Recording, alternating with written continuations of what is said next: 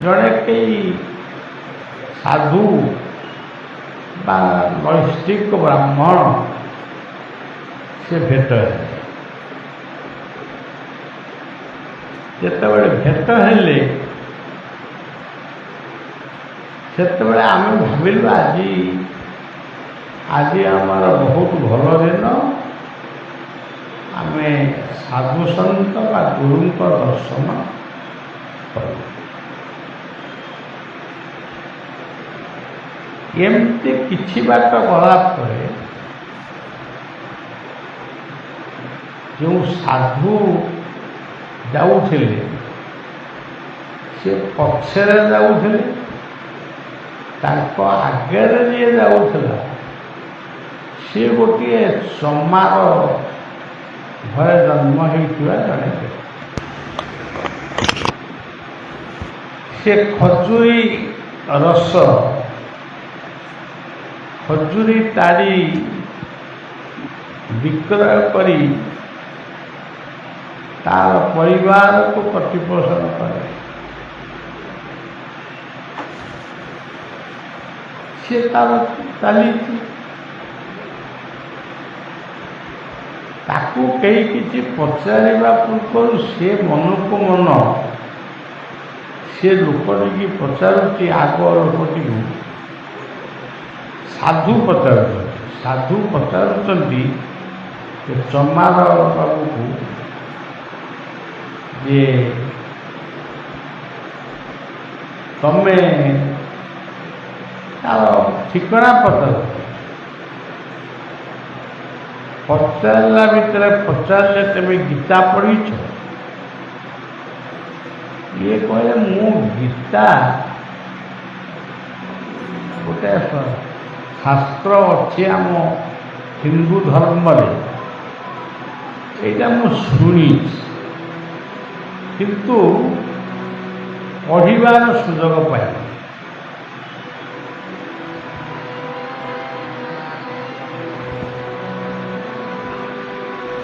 ସାଧୁ ସାଙ୍ଗେ ସାଙ୍ଗେ କହିଲେ, ତୁମେ ଯଦି ଗୀତା ପଢ଼ିନା ତାହେଲେ ତମ ଜୀବନ ବୃଥା ହେଇଯିବ।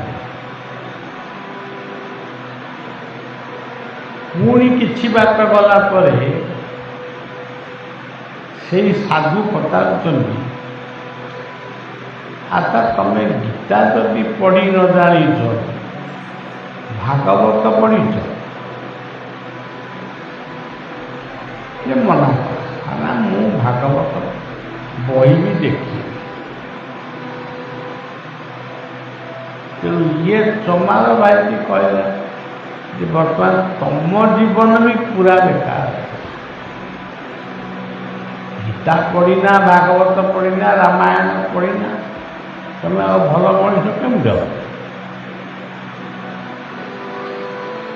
ସେଇ ଅନ୍ଧକାର ଗୋଟେ ଜଙ୍ଗଲ, ଅନ୍ଧାରିଆ ଜଙ୍ଗଲଟିଏ, ସେଇ ଜଙ୍ଗଲ ରାସ୍ତାରେ ସିଏ ଯାଉଁ ଯାଉଁ ସେ ଗୋଟେ ଅପୂର୍ବ ଦୃଶ୍ୟ ଦେଖିଲେ। ସେ ଚାଲିଥିଲେ ପୁଣି ତାଙ୍କର କଥାଟା ଟିକେ ଓଲଟିଗଲା।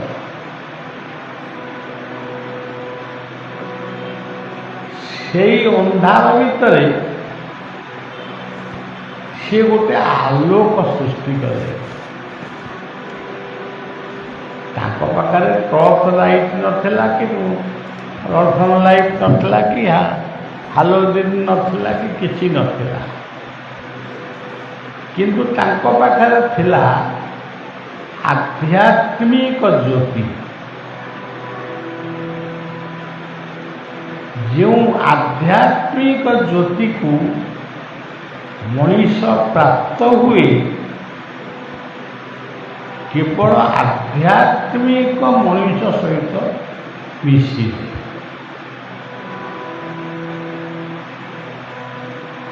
ତେଣୁ ତାକୁ ଦେଖାଗଲା ଯେ ଗୋଟେ ଆଲୋକ। ସେ ଆଲୋକଟିକୁ ଦେଖିକିରି ଇଏ ବହୁତ ଖୁସି ହେଇଗଲା। ଇଏ ମୁଁ ଗୋଟେ ଅନ୍ଧାର ଭିତରେ ଆଲୋକକୁ ଦେଖୁଛି, ଏମିତି ଗୋଟେ ମନରେ ଭାବି ମୁଁ ଜଣେ ଭାଗ୍ୟବାନ ବ୍ୟକ୍ତି, ମନ ପୁରା ଖୁସି ହେଇଗଲା। କିନ୍ତୁ ଚମାର ଭାଇଟି ପୁଣି ସେଇ ମୂଳ କଥାକୁ କହିଲା, ମୁଁ ଗୀତା ପଢ଼ି ନାହିଁ, ତେଣୁ ମୋ ଜୀବନଟା ବେକାର ହେଇଗଲା। ମୁଁ ଭାଗବତ ପଢ଼ି ନାହିଁ, ମୋ ଜୀବନଟା ଆହୁରି ବେକାର ହେଇଗଲା। କିନ୍ତୁ ଆପଣଙ୍କ ଜୀବନ ଆଉ କିଛି ମୁହୂର୍ତ୍ତ ପରେ ବେକାର ହେଇଯିବ। ସେ ସବୁଠୁ କହିଲା, କ'ଣ ମୋ ଜୀବନଟା କାହିଁ ବେକାର ହେଲା? ତମ ହାତରେ ବାଡ଼ି ନାହିଁ କି ଦୌଡ଼ା ନାହିଁ କି କିଛି ନାହିଁ। ଆପଣ ଆଉ ମୁଁ ଜଙ୍ଗଲ ଭିତରେ ଯାଉ। ଆପଣ ଜାଣିଛନ୍ତି ଜଙ୍ଗଲ ଭିତରେ ସବୁ କିଏ ଥାନ୍ତି? ବାଘ, ଭାଲୁ, ଅନେକ ହିଂସ୍ର ଜନ୍ତୁମାନେ ଥାନ୍ତି। ସେମାନେ ଯେତେବେଳେ ତମକୁ ଗ୍ରାସ କରିବା ପାଇଁ ବା ଖାଇବା ପାଇଁ ଆସିବେ, ମୋ ପାଖରେ ଗୋଟେ ଦୌଡ଼ା ଅଛି, କଟୁରୀଟାଏ ଅଛି, ଠେଙ୍ଗାଟାଏ ଅଛି, ମୁଁ ଗଛ ଉପରକୁ ଚଢ଼ିବି। କିନ୍ତୁ ତମ ପାଖରେ ତ କିଛି ନାହିଁ, ତମେ କେମିତି ଜାଣିବ? ଭଦ୍ରଲୋକଟି ପୁରା ବ୍ୟସ୍ତ ଆଉ ବିବ୍ରତ ହେଲା। କି ପ୍ରକୃତ ମୁଁ ଯେତେବେଳେ ଘରୁ ବାହାରିଲି ଏସବୁ ଜିନିଷକୁ ନେଇକରି ଆସିବା କଥା, ତେଣୁ ମୁଁ ଆଜି ଭୁଲ କରିଦେଇଛି। ଏବେ ଜୀବନଟା ରହିଲେ ସିନା ଭୁଲ ଠିକ୍ କି ମୁଁ ତାକୁ ବସିକି ଦେଖିବି କେଉଁଟା ଭୁଲ କଲି କେଉଁଟା ଠିକ୍ କଲେ। ଜୀବନଟା ତ ରହିବ କି ନାହିଁ, ଆଉ ଭୁଲ ଠିକ୍ କ'ଣ ବିଚାର। ଏତିକି ବେଳେ ବାଘର ଗର୍ଜନ ରହିଲା। ସେ ବାଘ ଗର୍ଜନକୁ ଶୁଣି ମାନେ ଏ ଯେଉଁ ସାଧୁ ଇଏ ପୁରା ଇତସ୍ତତ ହେଇପଡ଼ିଲେ। କ'ଣ ବାଘ ଗର୍ଜନ କଲାଣି? ସାଧୁ କହିଲେ, ବାଘ ଗର୍ଜନ କରୁନି, ଆଉ କିଛି ପରେ ଆମ ପାଖକୁ ସେ ଆସେ। ଠିକ୍ କିଛି ସମୟ ପରେ ବାଘ ଆସିକରି ସେଇ ତା ସେ ସାଧୁଙ୍କ ପାଖାପାଖି ଯେଉଁ ଚମାର ଭାଇ ପାଖରେ ଦୌଡ଼ାଟିଏ ଥିଲା, ଠେଙ୍ଗାଟିଏ ଥିଲା, ସିଏ ତାର ଦୌଡ଼ାକୁ ଛନ୍ଦିକିରି ସେ ଗଛକୁ ଚଢ଼ିଗଲା। এটা মানে উচ্চ গছକୁ ଚଢ଼ିଗଲା। ତ ଦୌଡ଼ାଟା ଅଛି, ଏ ପାଖରେ କଟୁରୀଟା ଅଛି, ତାକୁ ସହଜରେ ଚାଲିବ। ତା ଉପରେ ସେ ବସିକିରି ତାକୁ ଡାକିଲା, କହିଲା, ଭାଇ ମୁଁ ତ ପଳେଇ ଆସିବି, ତୁ କେମିତି ଆସିବୁ? ସାଧୁ କହିଲେ, ମୁଁ ଯାଇପାରିବି ନାହିଁ, ଆଜି ହେଉଛି ମୋର ଶେଷ ରାତି। କିନ୍ତୁ ଏତିକି କଥା, ମୁଁ ନିଜକୁ ଭାଗ୍ୟବାନ ବୋଲି ଭାବୁଛି, ଜଣେ ସାଧୁଙ୍କୁ ଦର୍ଶନ କରି ସାଧୁଙ୍କ ସାଙ୍ଗରେ ଯାଉଛି, କଥାବାର୍ତ୍ତା ହେଉଛି, ତାଙ୍କୁ ଦର୍ଶନ କରୁଛି ଏବଂ ସେଇ ସାଧୁଙ୍କ ସହିତ ଥିଲାବେଳେ ବାଘ ମୋତେ ଖାଇବ, ମୋ ଜୀବନଟା କୃତାର୍ଥ। ସାଧୁ ଯେତେବେଳେ ଏହି ପବିତ୍ର କଥାଟିକି ଶୁଣିଲେ ତାଙ୍କ ହୃଦୟ ଭିତରେ ଯେ ମୁଁ ସାଧୁ ହେଇଛି, ଜଟ ରଖିଛି, ଚିତା ନାଇଛି, ମାଳି ପିନ୍ଧିଛି, ହାତରେ ଆଶା ବାଡ଼ି ଅଛି, ମୋ ପାଖରେ ସବୁ ଅଛି, କିନ୍ତୁ ମୁଁ ନିଜକୁ ରକ୍ଷା କରିବା ପାଇଁ ମୋ ପାଖରେ ଯେତିକିଟା ସାମର୍ଥ୍ୟ ରହିବା କଥା ମୁଁ ତାକୁ ସବୁ ଭୁଲି ଯାଇଛି। ମୁଁ କେବଳ ନିଜ ଉପରେ ମାନେ ରଖିଛି ଭରସା। ମୋର ହାତ ଅଛି, ଗୋଡ଼ ଅଛି, ମୁଁ ଏଇଥିରେ ସବୁ କରିଦେବି। ଯେତେବେଳେ ସେ ବାଘ ଆସିକିରି ଏଇ ବ୍ୟକ୍ତିଙ୍କ ପାଖରେ ଯେତେବେଳେ ମାନେ ପହଞ୍ଚିବା ଭଳିଆ ହେଇଗଲା, ସେଇ ସାଧୁ ସେ ଗଛ ଡାଳରେ ରହି କହିଲେ, ଭାଇ ଶୁଣ, ତମ ପାଖରେ ତ ଦଉଡ଼ା ନାହିଁ, କଟୁରୀ ନାହିଁ, ଆଉ ଠେଙ୍ଗା ନାହିଁ, ତମେ ବର୍ତ୍ତମାନ ମରିବ। ମୁଁ ଦଉଡ଼ା ତଳକୁ ପକଉଛି, ସେ ଦଉଡ଼ାକୁ ଧରିକି ତମେ ମୁଁ ଟାଣିବି, ତମେ ଉପରକୁ ଆସିବ, ପାରିବ ତ? ଇଏ ଛାନିଆରେ କହି ପକାଇଲା, ହଁ ମୁଁ ପାରିବି। ତାପରେ ସେ କହିଲେ, ମୋ ପାଖରେ ଠେଙ୍ଗା ଅଛି, ଯଦି ସେ ବାଘ ତମକୁ ହଇରାଣ କରେ ବା ତମକୁ ସେ କିନ୍ତୁ ଅନିଷ୍ଟ କରିବାକୁ ଯାଏ, ସେତେବେଳେ ଏଇ ଠେଙ୍ଗା ତାକୁ ସାବାଡ଼ କରିବ। ଏ ଠେଙ୍ଗାର ଶକ୍ତି କିଛି କମ୍ ନୁହେଁ। ତାପରେ ବି ଆହୁରି ଗୋଟେ ଯନ୍ତ୍ର ଅଛି, କଟୁରୀ। ଏଇ କଟୁରୀକି ଧରିକରି ତା ଉପରକୁ ମୁଁ ଫୋପାଡ଼ିବି, ସେ ନିଜେ ଖଣ୍ଡିଆ ମଣ୍ଡିଆ ହେଇକିରି ଗର୍ଜନ କରିକି ଜଙ୍ଗଲ ଭିତରକୁ ଗଲେ।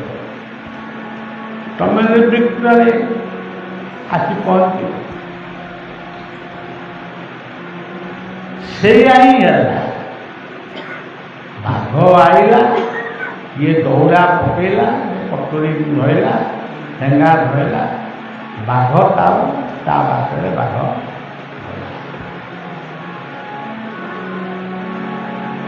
ତେଣୁ ସଜ୍ଜନ ଜୀବନଟା ହେଉଛି, ପ୍ରତ୍ୟେକ ଜୀବନ ହେଉଛି,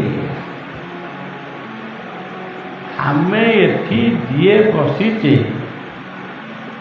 ବା ଯେଉଁମାନେ ବସିନାହାନ୍ତି ବା ଆସିନାହାନ୍ତି, ଯିଏ ବଇଛେ, ଆମ ଜୀବନ ହେଉଛି ଏଇଭଳିଆ ଗୋଟେ ସାଧାରଣ ଶରୀର। ଯେଉଁ ଶରୀର ପିମ୍ପୁଡ଼ି ଜନ୍ଦାଙ୍କ ଆଘାତରେ ସେ ଇତସ୍ତତ ହେଇଯାଏ, ସେଇ ମଣିଷ ଗୋଟେ ଠେଙ୍ଗା ଧରି କି ଗୋଟେ ଛୁରୀ ଧରି ବନ୍ଧୁକ ଧରି ସେ ମଣିଷକୁ ମାରିବା ପାଇଁ ଗୋଡ଼ାଏ। ତ ରାଧାନାଥ ଲେଖିଛନ୍ତି, ଇଚ୍ଛନ୍ତି ଦାମ୍ଭିକେ ରଖିବାକୁ ହସ୍ତେ, ସମସ୍ତଙ୍କ ଭାଗ୍ୟ ଧରି ନିଜ ଭାଗ୍ୟ ଧରି ତାର ହସ୍ତେ ହେଳେ ପକାନ୍ତି ପାଶ। ମୁଁ କହୁଛି ମୁଁ ତାକୁ ନିଶ୍ଚୟ ମାରିବି, କିନ୍ତୁ ନିୟତି ଯିଏ ଉପରେ ଅଛନ୍ତି ସିଏ ହସୁଛନ୍ତି, ତୁ କ'ଣ ନିଶ୍ଚୟ ମାରିଦେବୁ, ତୁ ତ ଆଉ 2 ମିନିଟ୍ ପରେ ମୁଁ ନିଶ୍ଚୟ ମରିଯିବି, ମାରିଦେବି, ତୁ ମୋ ପାଖକୁ ପଳେଇ, ତୁ କ'ଣଟାକୁ ମାରିବୁ? ତେଣୁ ଦାମ୍ଭିକତା ଦମ୍ଭୋ ଦର୍ପ ବିମାନସ୍ୟ କ୍ରୋଧ ପାରୁଷ୍ୟମେବ ଅଜ୍ଞାନତା ବିଦାୟ ପାର୍ଥ ସମ୍ପଦ। ଆମ ଭିତରେ ଦମ୍ଭ ଅଛି, ଦର୍ପ ଅଛି, ଅହଙ୍କାର ଅଛି, ସବୁ ଅଛି। ସେ ଥାଉ, ତା ବାଟରେ ସେ ରହିବ। କିନ୍ତୁ ଆମେ ଯଦି ଧୀର, ଆମେ ଯଦି ନମ୍ର, ଆମେ ଯଦି ଶାନ୍ତିର ପ୍ରତୀକ, ଆଉ ସବୁଠାରୁ ବଡ଼ କଥା ଆମେ ଯଦି ସେଇ ବିଶ୍ୱ ନିୟନ୍ତାଙ୍କର ପାଦ ତଳେ ଆମେ ଆସୁ। ଆମର ଭୁଲ ବହୁତ ଅଛି, ଭୁଲ ଥାଉ। ପିଲା ଯେତେବେଳେ ସ୍କୁଲକୁ ଆସନ୍ତି ପାଠ ପଢ଼ିବା ପାଇଁ, ସେ କ'ଣ ଠିକ୍ କରିକି ସ୍କୁଲରୁ ଆସିଥାନ୍ତି? ଠିକ୍ କରିକିରି ଘରୁ ହେଇଥାନ୍ତି? ସିଏ ଭଲ କରିକିରି ଆସିଥାଏ। ତେଣୁ ଆମ ପାଖରେ ଯଦି ଶାସନର ପ୍ରତୀକ ଠେଙ୍ଗା ଥିବ, ଭକ୍ତିର ପ୍ରତୀକ କଟୁରୀ ଥିବ, କାରଣ ଭାଗବତରେ ଲେଖା ହେଇଛି ଭକ୍ତି କୁଠାରେ ଦୁର୍ବାସନା ଛେଦକୁ ଗୁରୁବାକ୍ୟ। ଯଦି ଆମ ପାଖରେ ଭକ୍ତି ଥିବ ଏବଂ ଆମ ପାଖରେ ଯଦି ଇଏ ସମସ୍ତ କଥା ଯଦି ଥିବ, ଇଏ ତିନୋଟି ଯାକ କଥା ଯଦି ଥିବ, ତ୍ରିଗୁଣ ରଜୁ କରେ ହରି ମୁର୍ଗୀ ନଶାନ୍ତି ନର। ତମ ପାଖରେ ଠେଙ୍ଗା ଅଛି, ନିଶ୍ଚୟ ତୁମେ ଅଳ୍ପକେ ରକ୍ଷା ପାଇବ। ତମ ପାଖରେ କଟୁରୀ ଅଛି, ତାମାନେ ଗୋଟେ ରକ୍ଷା କବଚ ତମ ପାଖରେ ଅଛି। ତମ ପାଖରେ ଗୋଟେ ଦଉଡ଼ି ଅଛି, ଯେଉଁ ଦଉଡ଼ିରେ ତମକୁ ସେ ଟାଣିକିରି, ସେ ଦଉଡ଼ି କିଏ? ସେ ହେଉଛନ୍ତି ଅନନ୍ତ ସାପ। ଅନନ୍ତ ଅଛନ୍ତି, ସେ ସାପ ଫାପ ନୁହଁ, ଅନନ୍ତ ଅଛନ୍ତି। ଆମେ ସବୁ ଏଇଠି ବହିଛୁ, ସାପ ଆ ଭିତରେ କେଉଁଠି ଥିବେ ନା? ତେଣୁ ଯେଉଁଠି ଅନନ୍ତ ରୂପୀ ସର୍ପ ଆମ ନିକଟରେ ଅଛନ୍ତି, ସେଠି ଆମେ ଡରିବା କାହା? ଯେଉଁଠି ସାପକୁ ଦଣ୍ଡ ଦେଲା ଭଳି ଠେଙ୍ଗାଟିଏ ଆମ ହାତରେ ଅଛି, ତାହେଲେ ସାପ କ'ଣ ଆମକୁ ଦଂଶନ କରିପାରିବ? ସେଇଭଳି ଯେଉଁଠି ଖଣ୍ଡେ ଦଉଡ଼ା ଅଛି, ସେ ଦଉଡ଼ା ଆମକୁ ନିଶ୍ଚିତ ଭାବରେ ସାହାଯ୍ୟ କରିବ। କିନ୍ତୁ ଆମେ ଏସବୁ କଥାକୁ ପସନ୍ଦ କରୁ, ଆମେ ଏ କଥାକୁ ଭୃକ୍ଷେପ କରୁ। ଆମେ ବେଳେବେଳେ ଭାବୁ ଆମେ ତ ଅଛୁ, ଇଏ କ'ଣ ସାପ ଦଉଡ଼ା, ଇଏ କ'ଣ କାହାର ପାଇଁ? ପିଲାଦିନେ ଗୋଟେ ପୁଷ୍କରିଣୀ ଭିତରେ, ଛୋଟିଆ ପୁଷ୍କରିଣୀ, ସେ ପୁଷ୍କରିଣୀରେ କିଛି ସେମିତି କେହି ପଢ଼ନ୍ତିନି କି, ସେମିତିଆ ତ ନୁହେଁ। ଆଉ ଛାତିଏ ଖଣ୍ଡେ ପାଣି ଥାଏ କି କ'ଣ, ସମସ୍ତେ ପହଁରା ଶିଖନ୍ତି। ମୋର ବି ଇଚ୍ଛା ହେଲା ମୁଁ ଟିକେ ପହଁରା ଶିଖେ। ମୁଁ ଯାଇକି ପହଁରା ଶିଖିବା ପାଇଁ ସେ ପାଣି ଭିତରେ ପଶିଲି, ମୋତେ ତ ବିଲକୁଲ ପହଁରା ଆସେ। ସେଇ ଯେଉଁ ପହଁରା ସେଇ ଯେଉଁ ପହଁରା ଥିଲା କି ଆଉ ଗୋଟେ କ'ଣ ଥିଲା, ତାକୁ ମୁଁ ହାତ ବଢ଼େଇ ଯେତେବେଳେ ଧରିବାକୁ ବସିଲି ସେ ମୋଠୁ ବହୁତ ଦୂରରେ। କିନ୍ତୁ ମୁଁ ଭାବିଲି ଯେ ଆଉ ଘରକୁ ଫେରିବାର ନାହିଁ, ଇଆଡ଼ୁ ଆମେ ମଶାଣିକି ଯିବା। ତେଣୁ ଦେଖନ୍ତୁ ଈଶ୍ୱର ମଙ୍ଗଳମୟ, ସେ ଦୌଡ଼ା ଆମ ପାଇଁ ରଖିଛନ୍ତି, କିନ୍ତୁ ଆମେ ଦୌଡ଼ାକୁ ଧରିପାରୁନା। କୃପାଟା ଆମ ପାଖରେ ଅଛି, ଆମ ପାଇଁ ଅଛି, କିନ୍ତୁ ସେ କୃପାକୁ ଧାରଣ କରିବା ପାଇଁ ଯେଉଁ ଧୈର୍ଯ୍ୟ, ସେ କଥା ମଧ୍ୟ ଆମ ପାଖରେ ଅଛି। ମୁଁ ହାତ ବୁଲେଇ ବୁଲେଇ ଦେଖିଲି ଆଉ ଇଏ ହବନି। ମୁଁ ବୁଡ଼ିଲି, ଆଉ ନାକରେ ପାଣି ପଶିଲା। ମୁଁ ସେଇଠି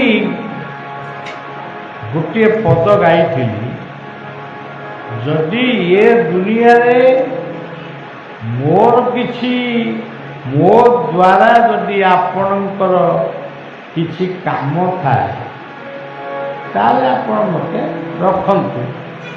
ଯଦି କିଛି କାମ ନାହିଁ, ମୁଁ ଗୋଟେ ବେକାରିଆ ହେଇକିରି ଖାଇକିରି କାହିଁ ବୁଲିବି, ମୋତେ ନେଇଯାଅ। ତେଣୁ ଜୀବନଟା ପ୍ରତି ଏମିତି ଗୋଟେ ଭାବନା ଆସିଲା। ସେଇଠି ଏଇ ଧୁନଟିକି ମୁଁ ମନେ ମନେ ଗାଇଲି, ହରେ ମୋରା ମଧୁକୈତ ଗୋବିନ୍ଦ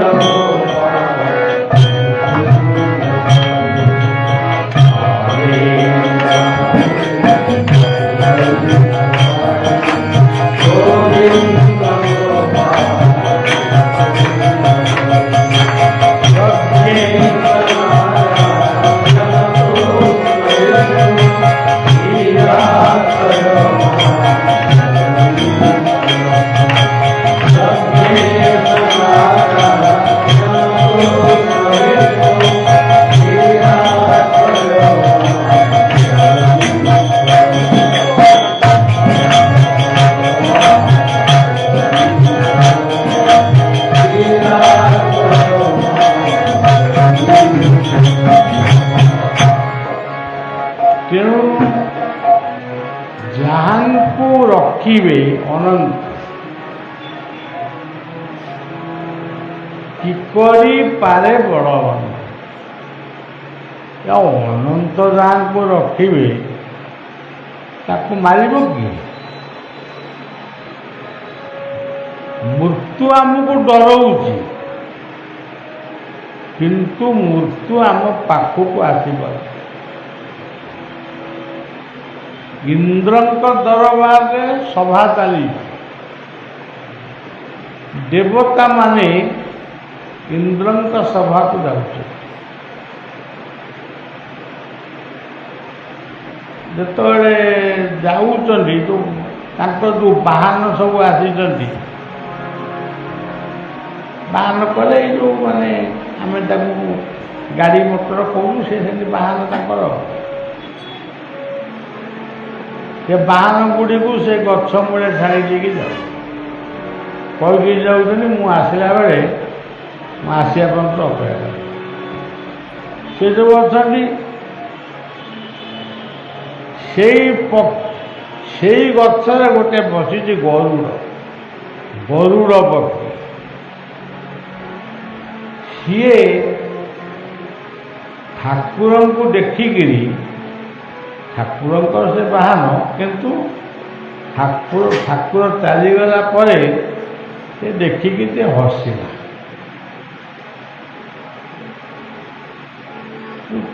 ସମସ୍ତେ କହିଲେ ଇଏ କାହିଁ ତାର ହସୁଛି, କ'ଣ ତାର ଇଏ ଗଲେ ଇନ୍ଦ୍ରଙ୍କ ସଭାରେ ଭାଗ ନେଲେ, ଆଉ କ'ଣ ସବୁ କଥାବାର୍ତ୍ତା ହେଲେ, ଫେରିଲା ବେଳକୁ ଯମ ଅନଉଛନ୍ତି ଯେ ପକ୍ଷୀଟା ଗଲା କୁଆଡ଼େ। ପକ୍ଷୀ ସେତେବେଳେ ନାହିଁ। ସେଠୁ ଗରୁଡ଼ ପୁଣି ହସିଲା।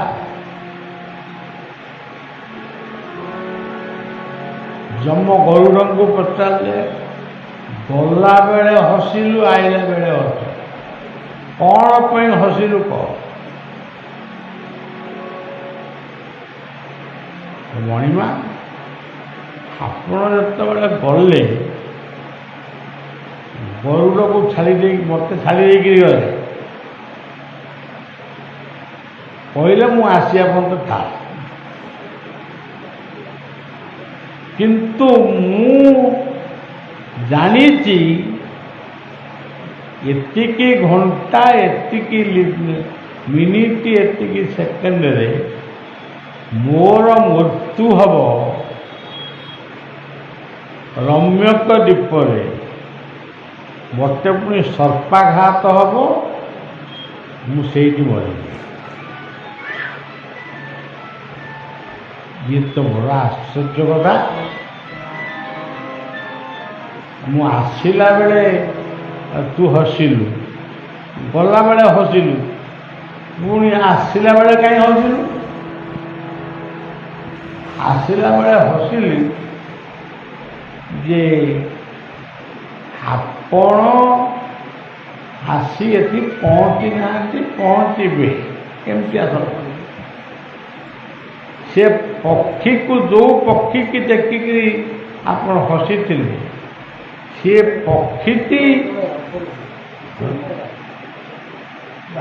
ପକ୍ଷୀଟି ବର୍ତ୍ତମାନ ରମ୍ୟକ ଦ୍ୱୀପରେ ଅମୃତ ଭାଣ୍ଡ ଯେଉଁଠି ଥୁଆ ହେଇଛି ସେଇଠି ପହଞ୍ଚି ଯାଇଛି। କିନ୍ତୁ ଅମୃତ ଭାଣ୍ଡରେ ପହଞ୍ଚିଲେ କ'ଣ, ସେ ସର୍ପାଘାତରେ ମରିଛି। ସେ ପକ୍ଷୀ ମୁଁ ନୁହଁ, ମୋରି ଭଳି ଗୋଟେ ପକ୍ଷୀ, ସେ ମଧ୍ୟ ଗରୁଡ଼, କିନ୍ତୁ ମୁଁ ଆପଣଙ୍କର ବାହନ, ମୁଁ ଆପଣଙ୍କର ଆଶ୍ରିତ। ତେଣୁ ଆପଣଙ୍କ ବାହୁ ଛାୟା ତଳେ ମୁଁ ରହିଛି, ମୋତେ କାହିଁକି ଡର ମାଡ଼ିବ? ମୁଁ କାହିଁକି ମରଣକୁ ଡରିବି? କିନ୍ତୁ ଯିଏ ମୁଁ ହସୁଥିଲା ବେଳେ ସିଏ କିନ୍ତୁ ମୋତେ ଖଟାଇ ହେଇ ହସୁଥିଲା, ସିଏ ବର୍ତ୍ତମାନ ଏ ରମ୍ୟକ ଦ୍ୱୀପରେ ମରିଛି। ତେଣୁ ଭଗବାନ ବିଷ୍ଣୁ ସମସ୍ତ ଦେବତାମାନଙ୍କୁ କହିଲେ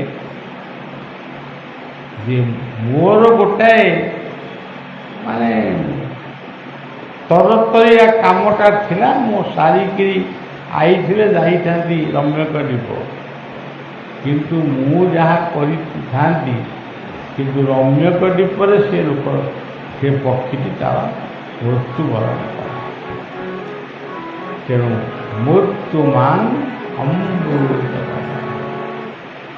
ଇଏ ଗୋଟିଏ ମନ୍ଦିର ନୁହେଁ, ଇଏ ଗୋଟେ ମନ୍ଦିର କି ଇଏ ଗୋଟେ ତୀର୍ଥ ଏମିତି ନୁହେଁ, ଇଏ ଗୋଟିଏ ଗୃହସ୍ଥାଶ୍ରମ।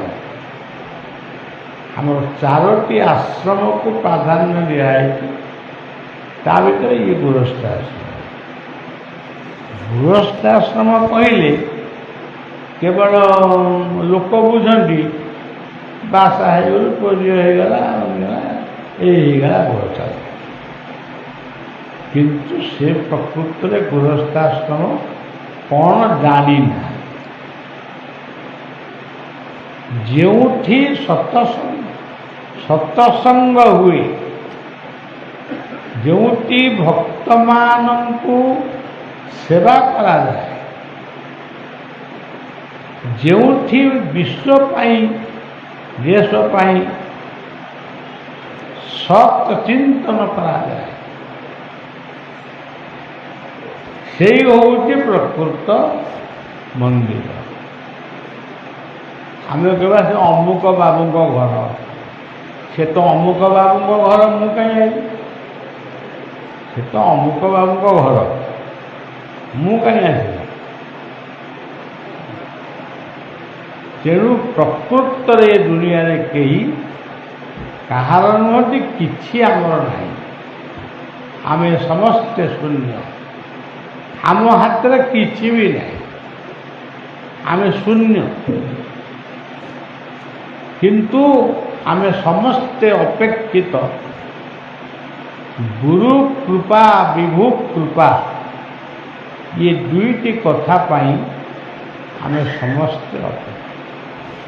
ସେଥିପାଇଁ ଆମ ଜୀବନକୁ ଆମେ ସବୁବେଳେ ସମୀକ୍ଷା କରିବା।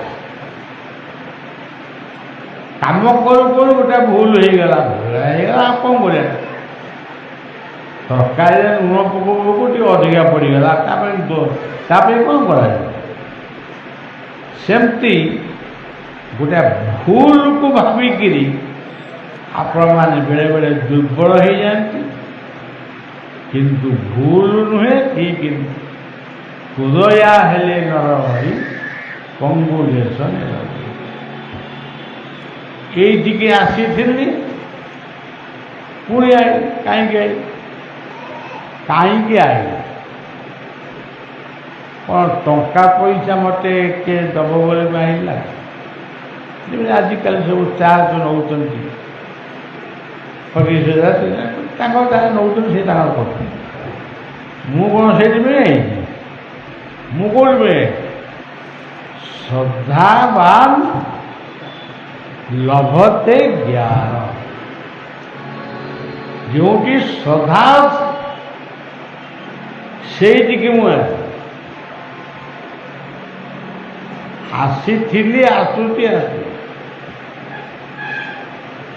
ଶ୍ରଦ୍ଧା ନ ଥାଇ ଅନ୍ତର୍ଗତ କେବଳ ଲୌକିକର ମତେ ସେ ଜାଗାକୁ କେହି ଯିବେ।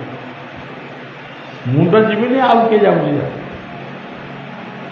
ତେଣୁ ସେଇ ପ୍ରଭୁର କଥାରେ ଟିକେ ଶ୍ରଦ୍ଧା ରଖିଥାନ୍ତୁ, ଆପଣମାନେ ଭଲରେ ଥାଆନ୍ତୁ। ମୁଁ ମୋର ଟିକେ ଏ ବର୍ଷା ମାସିଆ ଦିନ ଗୁଡ଼ାକ ଟିକେ କଟେଇବା ପାଇଁ ଆଇଥିଲି। ମୋର ପ୍ରୋଗ୍ରାମ କିଛି ନାହିଁ ବର୍ତ୍ତମାନ, କେବଳ ଆପଣମାନଙ୍କୁ ଆପଣମାନଙ୍କୁ ଦେଖିଦେଲି, ସେ ମଧ୍ୟ ମୋର ଗୋଟେ ପ୍ରୋଗ୍ରାମ। ତେଣୁ ସର୍ବେ ଭବନ୍ତୁ ସୁଖୀନ, ସର୍ବେ ସନ୍ତୁ।